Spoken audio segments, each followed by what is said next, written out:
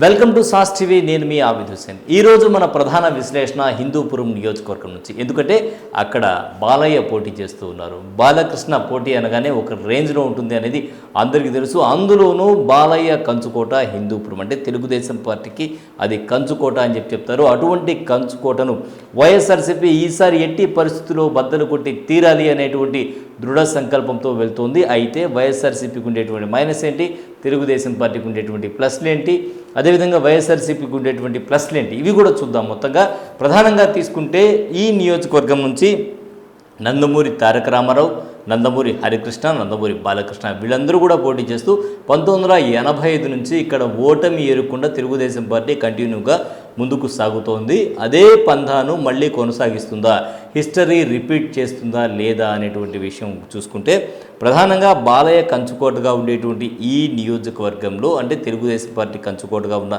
ఈ నియోజకవర్గంలో వైఎస్ఆర్సీపీ నుంచి బాణం దీపిక బరిలో ఉన్నారు. అయితే బాణం దీపిక ఉండేటువంటి మైనస్లు ఏంటంటే వైఎస్ఆర్సీపీలో ఉండేటువంటి కొన్ని అంతర్గత కలహాలు అనేటువంటిది ఆమెకు మైనస్ అయ్యేటువంటి అవకాశం ఉంది. పదే పదే హెచ్చరించినా కూడా వైఎస్ఆర్సీపీ నేతల్లో కొంత అంతర్గత కలహం ఉంది. ఇది బాణం దీపికకు మైనస్ అయ్యేటువంటి అవకాశం ఉంది అనేటువంటి మాట అయితే వినిపిస్తుంది. రెండో విషయం, బాణం దీపికకు ప్లస్ తెలుగుదేశం పార్టీకి మైనస్ అయ్యేటువంటి విషయం ఇంకోటి ఏంటంటే బాలయ్య అందుబాటులో ఉండడు, సినీ నటుడు కాబట్టి తమ సమస్యలు చెప్పుకోవాలంటే తమ ఎమ్మెల్యే అందుబాటులో ఉండాలి అనేటువంటి మాట కూడా అక్కడ వినిపిస్తుంది. కాబట్టి ఈసారి ఎమ్మెల్యే అభ్యర్థిని మార్చితే బాగుంటుంది అనేటువంటి మాట కూడా అక్కడ వినిపిస్తోంది.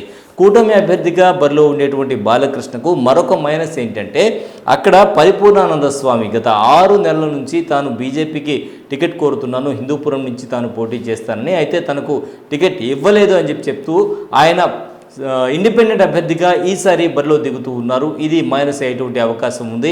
బీజేపీకి సంబంధించినటువంటి ఓట్లు ఏదైతే ఉంటాయో దాంట్లో చీలికి వచ్చేటువంటి అవకాశం ఉంది. పరిపూర్ణానంద స్వామిని నమ్మేటువంటి వాళ్ళు కూడా చాలామంది వెళ్ళి ఉంటారు. కాబట్టి ఆయన్ను అభిమానించే వాళ్ళ శాతం ఓట్లు ఏవైతే ఉన్నాయో అవి బాలకృష్ణకు ఈసారి మైనస్ అయ్యేటువంటి అవకాశంగా కనిపిస్తోంది. ఏది ఏమైనా కూడా ప్రధానంగా స్థానిక అభ్యర్థి అయితే బాగుంటుంది, స్థానిక అభ్యర్థికి ఈసారి గెలిపించుకోవాలి అని చాలామంది అక్కడ ఉండేటువంటి వాళ్ళు చెప్తూ ఉన్నారు. అదేవిధంగా లోకల్ సమస్యలు చెప్పుకోవడానికి లోకల్ నాయకుడు అయితే బాగుంటుంది. లోకల్ సమస్యలు తమకు తీరడం లేదు, ఎవరు కూడా తమను వచ్చి పలకరించడం లేదు. 2 సార్లు బాలకృష్ణను గెలిపించినా కూడా తమను పలకరించేటువంటి పరిస్థితి లేదు. ఏదో వస్తారో అక్కడ మాట్లాడుకొని వెళ్ళిపోతూ ఉంటారు. కానీ నాయకులు వెళ్ళి అంటే కార్యకర్తలు ఎవరైతే ఉన్నారో కార్యకర్తలు కానీ సామాన్య ప్రజలు కానీ వీళ్ళు వెళ్ళి బాలకృష్ణను కలిసేటువంటి అవకాశం ఉండదు. గేటు బయటే పంపించేసేటువంటి పరిస్థితి ఉంటుంది.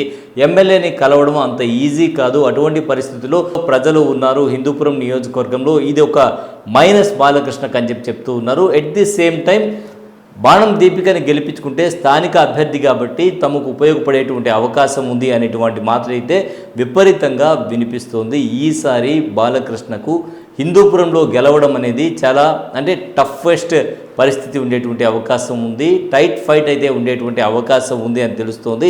ఈసారి బాలకృష్ణ గెలవాలంటే మాత్రం చాలానే కష్టపడాల్సిన పరిస్థితి ఉంటుంది. అక్కడ స్థానికంగా ఉంటాను అనేటువంటి మాటతో పాటు ప్రజలకు అందుబాటులో ఉంటాను అనేటువంటి మాట కూడా చెప్పాల్సినటువంటి పరిస్థితి ఉంటుంది. ప్రధానంగా సినీ నటుడు కావడంతో ఆయన ప్రజలకు అందుబాటులో లేరు అనేటువంటి మాట అయితే హిందూపురంలో వినిపిస్తోంది. అది at the same time Paripoornananda Swami ఏదైతే ఇండిపెండెంట్గా పోటీ చేశారో ఇది కూడా బాలకృష్ణకు అక్కడ మైనస్ అయ్యేటువంటి అవకాశం కనిపిస్తుంది. మరి ఏది ఏమైనా కూడా జూన్ 4 కౌంటింగ్ రోజు మాత్రం ఎవరు గెలుస్తారు అనేది అయితే తెలిసేటువంటి అవకాశం ఉంది. ఇది హిందూపురంకు సంబంధించి స్పెషల్ రిపోర్ట్.